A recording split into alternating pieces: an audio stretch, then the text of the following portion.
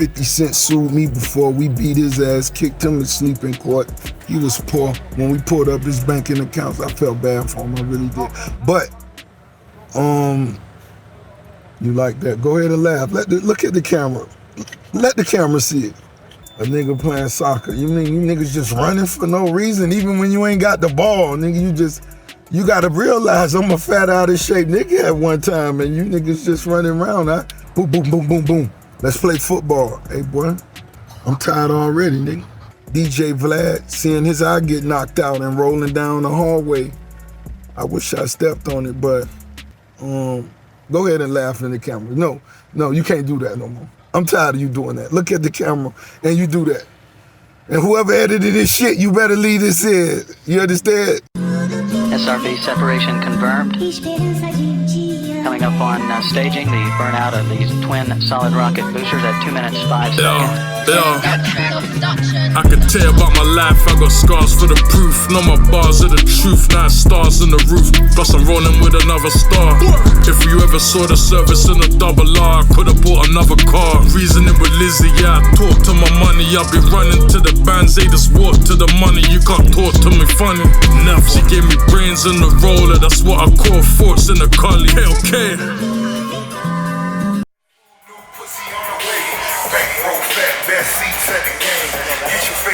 When you speak a nigga name, city all mine, big props at the game. Money on time, baby, counted for our game. All my niggas rich from Harvard. Niggas out the gutter from Harvard. Let me show you my nigga what y'all. Rozay, welcome to London. How you doing? I'm wonderful, my brother. I'm wonderful. You know, you're one of the greatest rappers that have ever blessed this earth. You're 11 albums deep. Countless mixtapes, countless features. Thank you for coming to London. What's your experience in London like? Man, my first time in London was with Jay-Z on tour. It was the O2 Arena. It's always been a major accomplishment for a young underground street nigga to be in such a popular, halfway across the world spot like London. You know what I'm saying? Yeah. There's so much going on here, culturally, fashion, finance, wealth, young entrepreneurship, big boy shit, heavyweight shit. So London always been one of the spots that hella spot close to my heart. I saw you guys eating some fish and chips earlier. ASAP. Is that one of your go-tos? Soon as we got here, I actually had 2 fish and chips and 2 oxtails, peas and rice. At the same time, nigga, macaroni and cheese with gravy. Yeah, we're heavy on the Jamaican food over here. One time, the big belly rude boy, true Sure. You see, me never smoke backward, me only smoke forward, you see? Yeah, come on, cuz. There's a lot of people that grew up on your music here, a lot of people that got to the money listening to your music here over the last 2 decades. Obviously, it's 20 years of the Port of Miami album this year, I think in August. That album meant a lot to London, and I'm sure it meant a lot to you. How are you celebrating that? We actually celebrating as we speak. You know, that's 20 summers, 20 years. We coming back out to the spots that mean the most to me on this tour. That's why we here now, the Port of Miami 20-year anniversary tour. You know, me being an underground artist so long, writing for others. And when I finally had my first real hit record, Every Day I'm Hustling, 06, is nowhere I could have imagined what 20 years of artwork would look like. And here I am, I see it. Yeah, you spoke a lot of things into existence in that album. I mean, you're everything in your career, what you kind of set out to be in the music that you were making at the time. Did you know that your words were gonna go this far? No, I couldn't say I knew. What I did know was I meant everything that I said. When I said every day I'm hustling, when I said, yo, I'm gonna get 100 million. When I said, yo, I'm gonna create my own label, I'm gonna put my own homies on. I'm gonna create a platform myself. I'm gonna challenge the biggest niggas in the game. I'm gonna make sure everybody in the game know who I am, and not only know who I am, respect me and respect my movement. And if they don't, there will be consequences to suffer. And that was just always my mindset. And you know, once I got to work, man, we went to work. One of the things we loved over here very much so was the intro to your Maybach music group. I feel like the ladies sounded English, but I'm not sure, were they English or Australian? It had to be one or the other. We want them to be English. It might have been both. It might have been both. Yeah, it might have been both. You know what I'm saying? They both were supermodels, and it was just one of those powerful moments. The creative vibes was going on, and voila. You know what I'm saying? And it was just a magical introduction, and it stuck. Obviously, your new single, Minx in Miami. Obviously, Miami's a very warm place. Very warm. Well, actually, it wasn't that warm when I was last there. I was last there like 2 months ago. It was cold as hell. It was cold. It was cold. I had to look back at the airport and make sure I was at the right place. We had to put the boats up for a month. You know what I'm saying? Yeah. But Minx in Miami, obviously, it just sounds like some really fly shit because Miami's a fly place. Wearing a mink is a fly thing. Tell me about why your single's called Minx in Miami and what that means to you. The opening line was Minx in Miami, shorty know that I'm a winner. You know what I'm saying? So it's layers to the game. It's layers to this shit. Let's get fly on this shit. You know what I'm saying? Minx in Miami, it only makes sense. My brothers, French, Montana, Max B, New York niggas, I know them niggas got a room full of minks, French, you know what I'm saying? So it's just bring it to Miami and let's give Miami that opportunity to put our minks on just some player shit, some fly shit. So it's just layers to the game. Yeah, and it's very classic. The song sounds very classic. It sounds like very Rick Ross-esque. I don't feel like you're one of those rappers that's ever fallen off from what his fan base wants to listen to and hear from. So we really appreciate that single. Now, one of the things that's most iconic about you is your ad-lib. I want to know the story behind that. Like, how did you find that specific ad-lib that's become so synonymous with your music for all this time? It's almost like I just had chills come over me because it's not no particular time or place that I recall doing it. I just know when I was in the booth and I'm saying some shit, how do I make sure whoever listening to me feel me and know that's what you know what I'm saying? This is what it is now. Wow. You know what I mean? And it just came out and, you know, it just stuck once again. Something that I've learned about you while watching your interviews over this year is how much of a student of the game you are and how educated you are in the business that you're in. What other two individuals would you say are quite high up there in the ad-lib world? In the ad-lib world, who else got dope ad-libs? Yeah. Oh man, it's so many dudes with dope ad-libs. Waka Flocka, Waka, you know what I'm saying? It's too many. Trick Daddy, Gucci Mane, the list goes on. You know what I'm saying? The young homies from the Migos. It's what you looking for, what you feel. So for me, my records, when I'm speaking to, you know, a certain audience and my niggas, it's gonna be bass heavy. So my ad-lib gotta be something that don't go nowhere. And I believe that's just what, you know, gave me that direction. And when I did that, you know what I'm saying? Just nigga know what it is. I said it and I meant it. And if there's any problems, shit, just hit me in the DM, nigga, and I'll do you dirty. You know what I'm saying? No, of course. Obviously, it's so nice to see you and French together. How have you guys managed to keep such a consistent relationship in a business that changes relationships all the time? When it come to ultimate hustlers, that's what we are. French, somebody that stays in the studio. He enjoys recording. He knows how to collaborate, whether it's with Rick Ross, Max B, Adam Levine, back across the Sway Lee, whatever it is. French Montana knows how to collaborate, put records together, make great decisions when it comes to production. And that spills over to the relationship because we always on the phone, we always talking, we always on the go. It's easy to support a nigga, you know what I'm saying?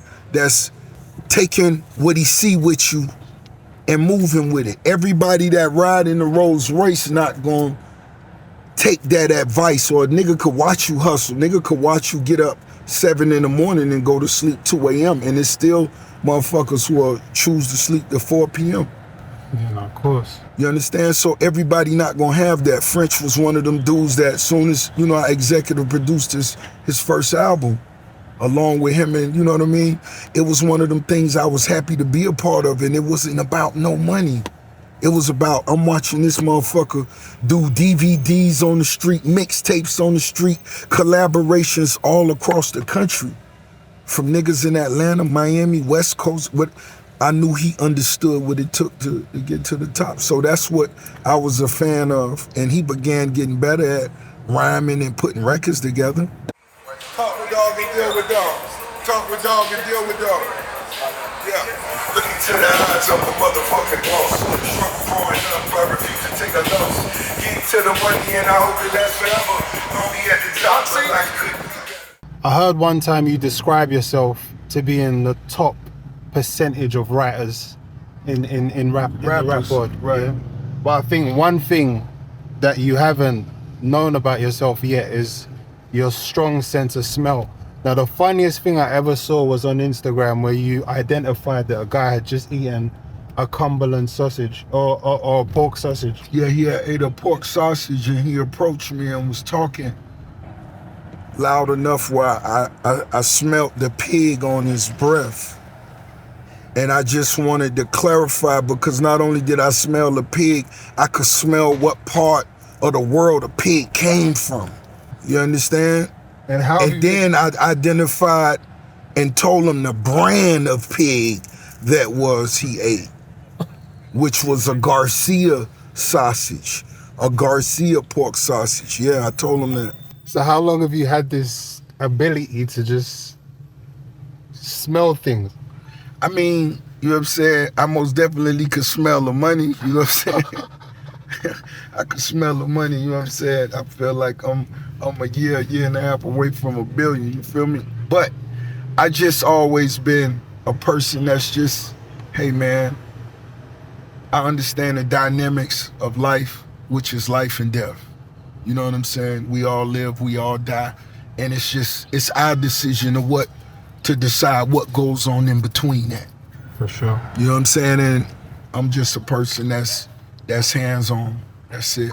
And obviously, as a Rick Ross fan and many Rick Ross fans out there, one thing that we've majorly enjoyed are your collaborations with Drake. Obviously, the last couple of years haven't been the best in terms of your relationship, but it seems as though it didn't seem that deep for you, because I feel like you're a rapper's type of rapper. Like, is there any hope in the future for any future collaborations?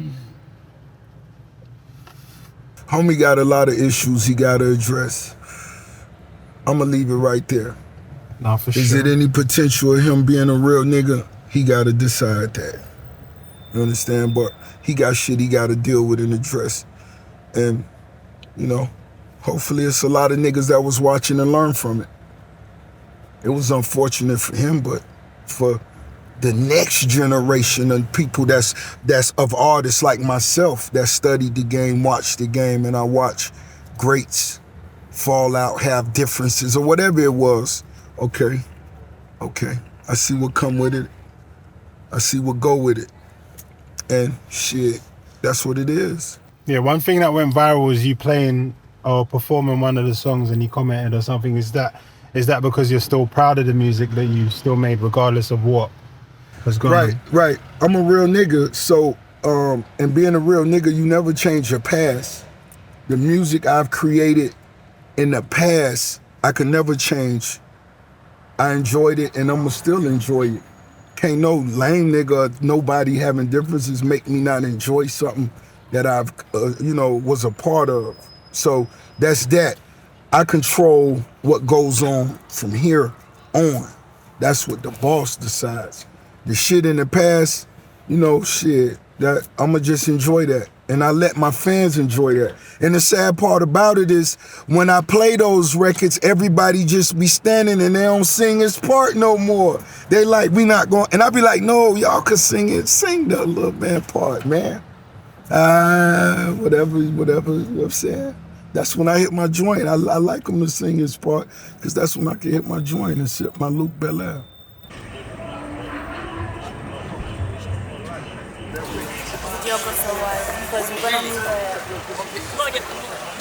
Pour that water. All my niggas is rich from hardware. Hey, do it to the camera. Do it to the camera. Do the free eye, nigga. Do the free eye.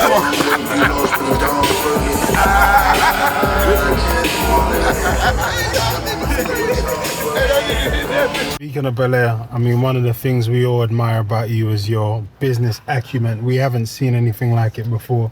I mean, the way that you've been able to acquire these partnerships and represent these brands like you have to the level of which that you have done, is almost as if these brands are a part of Rick Ross and Rick Ross is a part of these brands, like very authentically.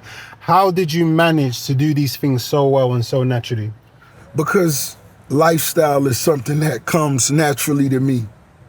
And when it comes to brands like Luke Bel-Air, that's really a part of your lifestyle. It's not about selling nothing. It's just about painting that picture of the lifestyle. It's a lot of people that appreciate and saw me work my way up from the bottom to where I'm at today. No, Rozay is not the biggest. Is that even my goal? I'm not sure.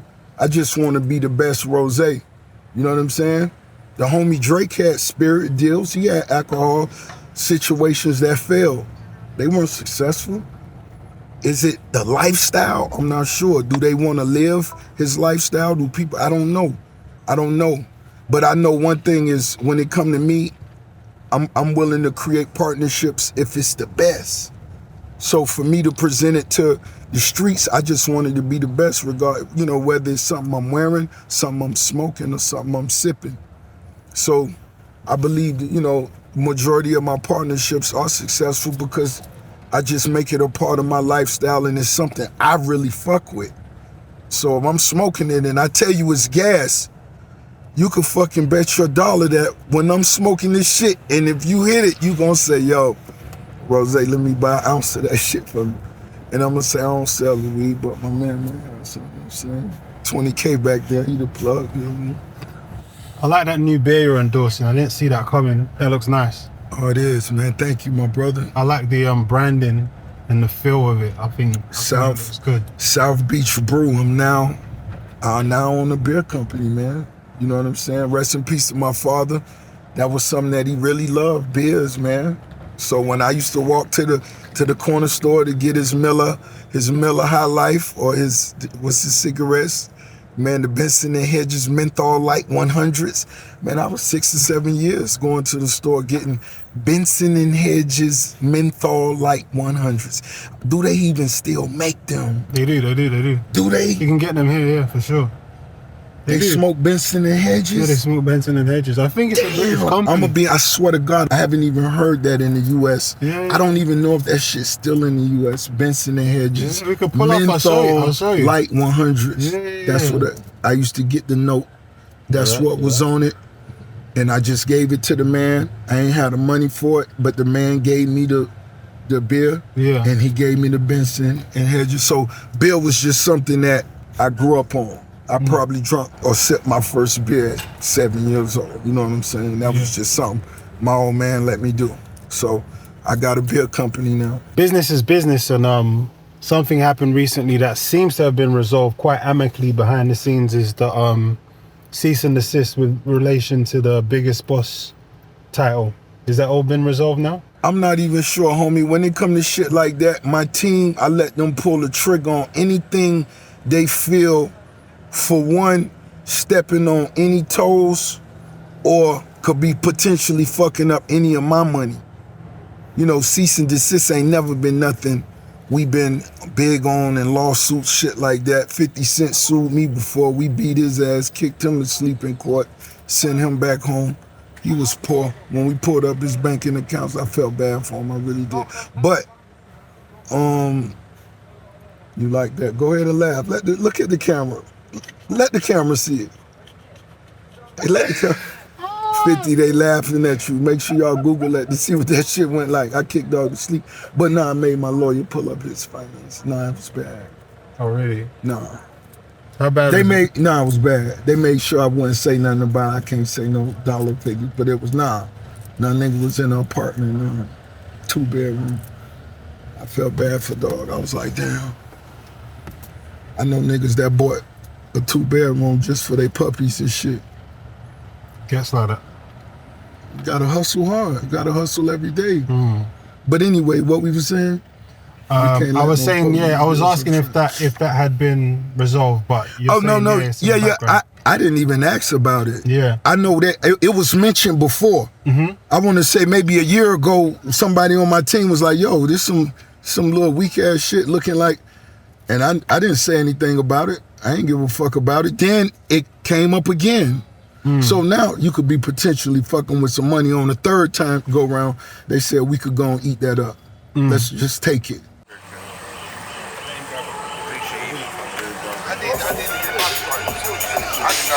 I can't work. You ain't gonna fuck with that. Do it to the camera. Do it to the camera.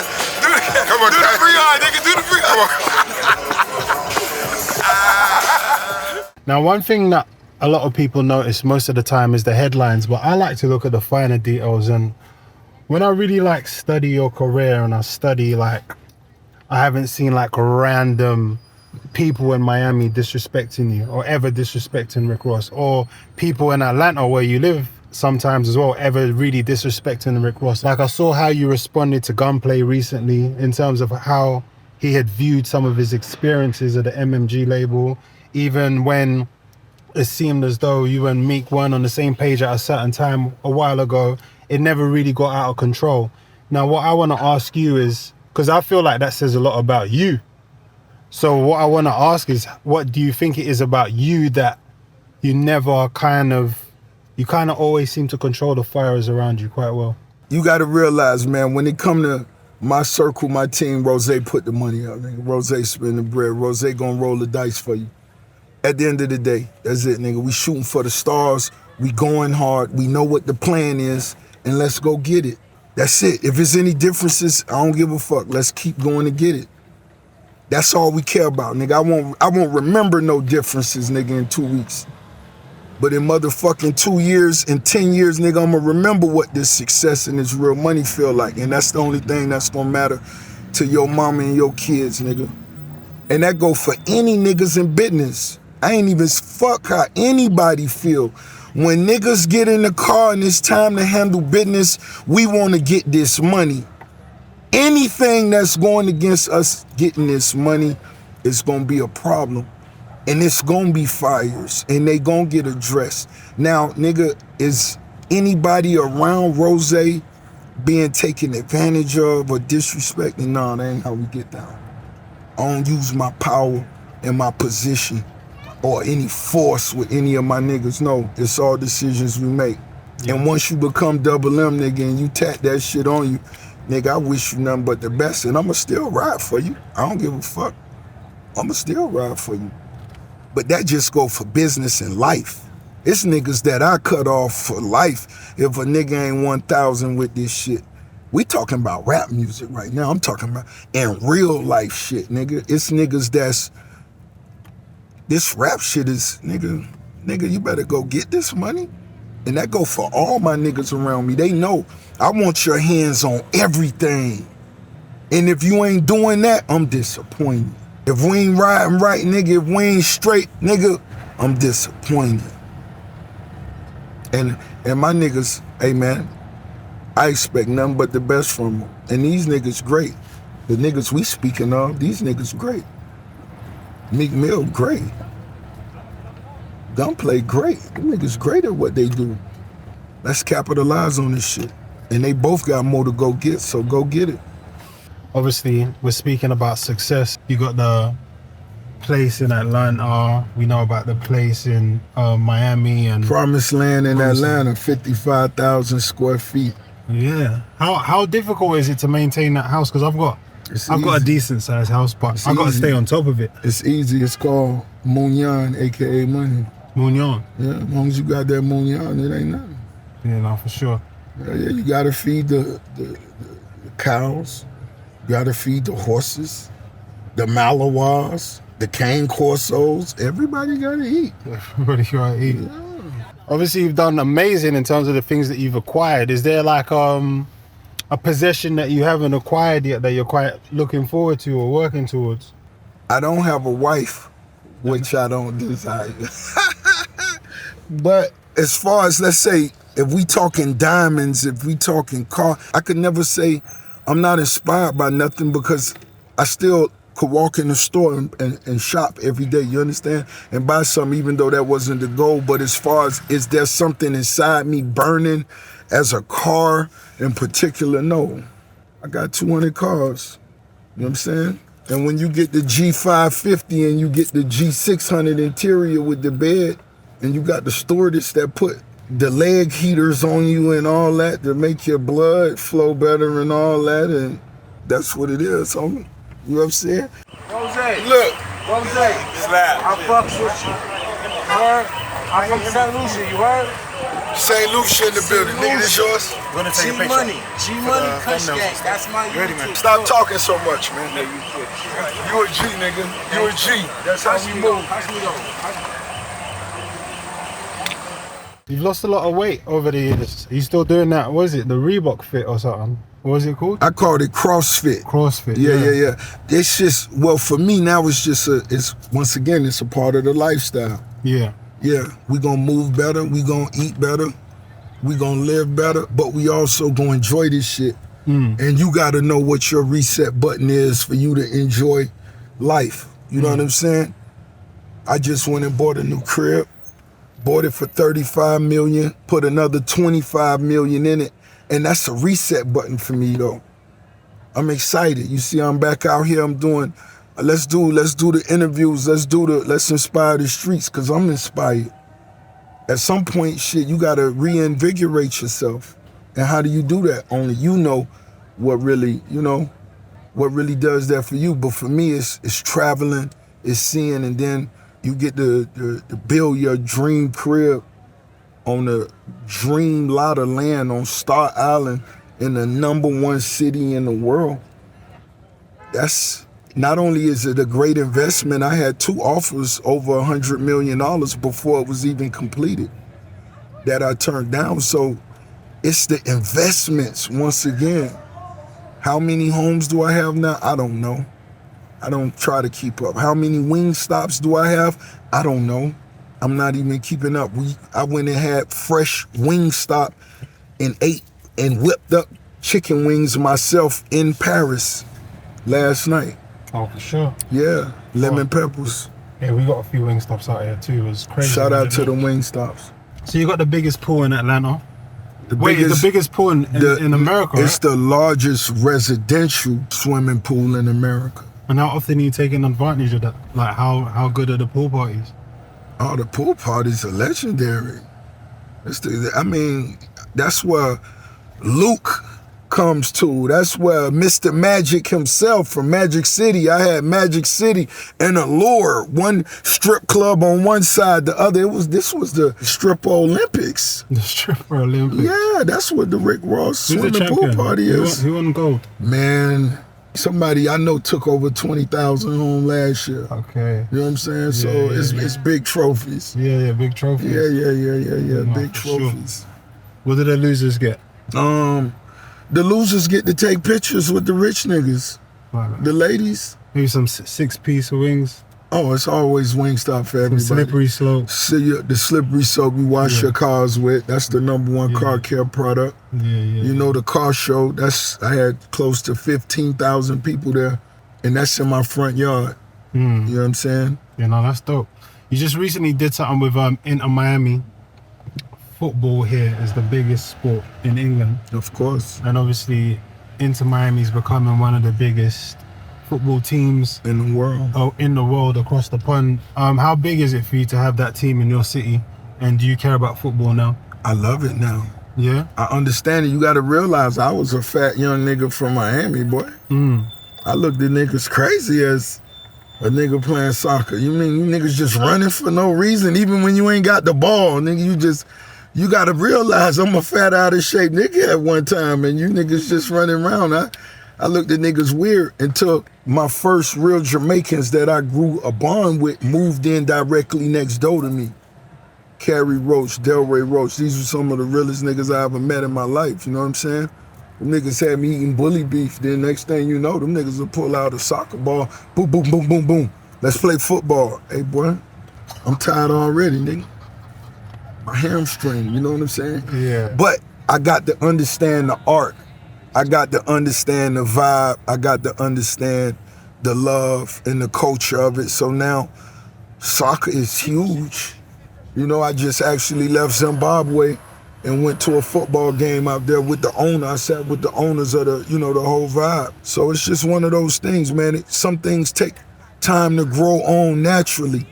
There's some sports I don't like. It's some shit I may never get into, you know what I'm saying? But soccer is something that has really grown on Rozay, and not just on me, but the whole city of Miami. Niggas wearing Leo Messi. I'm talking about dope boys wearing Leo Messi jerseys and shit. It's too easy, baby. We out here riding around, connecting with the culture out here in London, a real one. Niggas speaking for the motherfucking, this whole side of the world. You understand? Back in the US, niggas absorbing this shit. And wherever you at, wherever you from, make sure you just stay tapped in with the uncut, the real shit, you know what I'm saying? It's a beautiful thing, you feel me?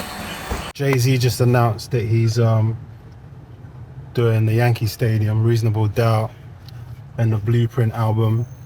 Your collaborations with Jay-Z have also been extremely epic. We love to hear Jay-Z and Rick Ross together. How important do you think those two albums, Reasonable Doubt and Blueprint, are to hip-hop music? What's happening? Yeah, how do you think they are important to hip-hop music, and what has his contribution to rap music meant for you? At that point, those contributions that Jay-Z made to the culture, that was the most powerful point in hip-hop right then. You gotta understand, those albums were the plays that put him in the position to be able to sign Rick Ross, a young Rick Ross from Miami, and give him that $1 million that he demanded up front. Hov was able to do that after a quick meeting. That was one text. It was too easy. What's happening? What's happening? And then you gotta understand my relationship with Jay. It was, you know, musically, you know, it's not nobody else that could say, yo, Hov did 6 verses for me, this many verses for me, and we not even discussing records that's been unreleased. Don't hit the beautiful black sister, please. No, I got her. Hey there, baby. You should have let her spoke to her. We'd have made her day. You know what I'm talking about? Of course.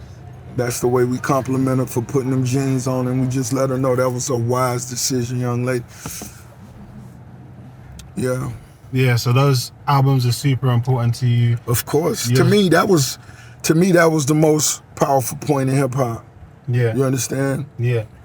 The power changed after my generation, or shortly after. Once the streaming shit started, they took the power out of the streets' hands for a little while, but it'll be back. What's your favorite Jay-Z album ever? Blueprint. Makes sense. I don't feel like you've made any mistakes. I feel like you've probably only learnt lessons in your journey. What do you think is the most expensive lesson that you've learnt? Because we can see a lot of the successes, we can see everything looks lit, but what was one of the most expensive lessons you learnt? Man, you just gotta stay focused on your craft, the business. You know, don't get the lines blurred. You know, when you're around these entertainers and artists, don't get caught up, because this shit ain't the streets if you understand, you know, the life we really live. As soon as I got in the game, shit, I learned valuable lessons right then. DJ Vlad, seeing his eye get knocked out and rolling down the hallway. I wish I stepped on it, but, you know, niggas sue. These people gonna sue. Go ahead and laugh in the camera. No, you can't do that no more. I'm tired of you doing that. Look at the camera and you do that. And whoever edited this shit, you better leave this in. You understand? Obviously, the new single, Minks in Miami. Minks in Miami. Shorty know that I'm a winner. Shout out to Max B, welcome home. The Wave, Coke Boys, French Montana. My dog, day one, real nigga shit for life. And to me, that means so much more. Just, you know, watching that record come together. That was the first record I recorded in my new crib on Star Island. E-Mix, shout out to E-Mix. He recorded me and mixed and, you know, mixed the record. And it was just the studio, the whole crib was being built, interior decor. You know, just, it was so much going on, and we just ran the cord, the mic through the laptop, E-Mix sitting on the floor, boom. I recorded it, and it's just, you know, it feel good just to see the streets connecting with it. I feel the energy everywhere we going. You know what I'm saying? Yeah, that's an incredible single. Do we have our 12th album to look forward to? Is that what we're gearing up for? Of course. Do we have a title yet? Of course we do. Set in stone. I like that. I like that. What does that mean to you? Oh man, apart from the obvious. Oh man, it means so many different things, homie. 200 years from now, pain is different. Pain is different. What's up? What's up?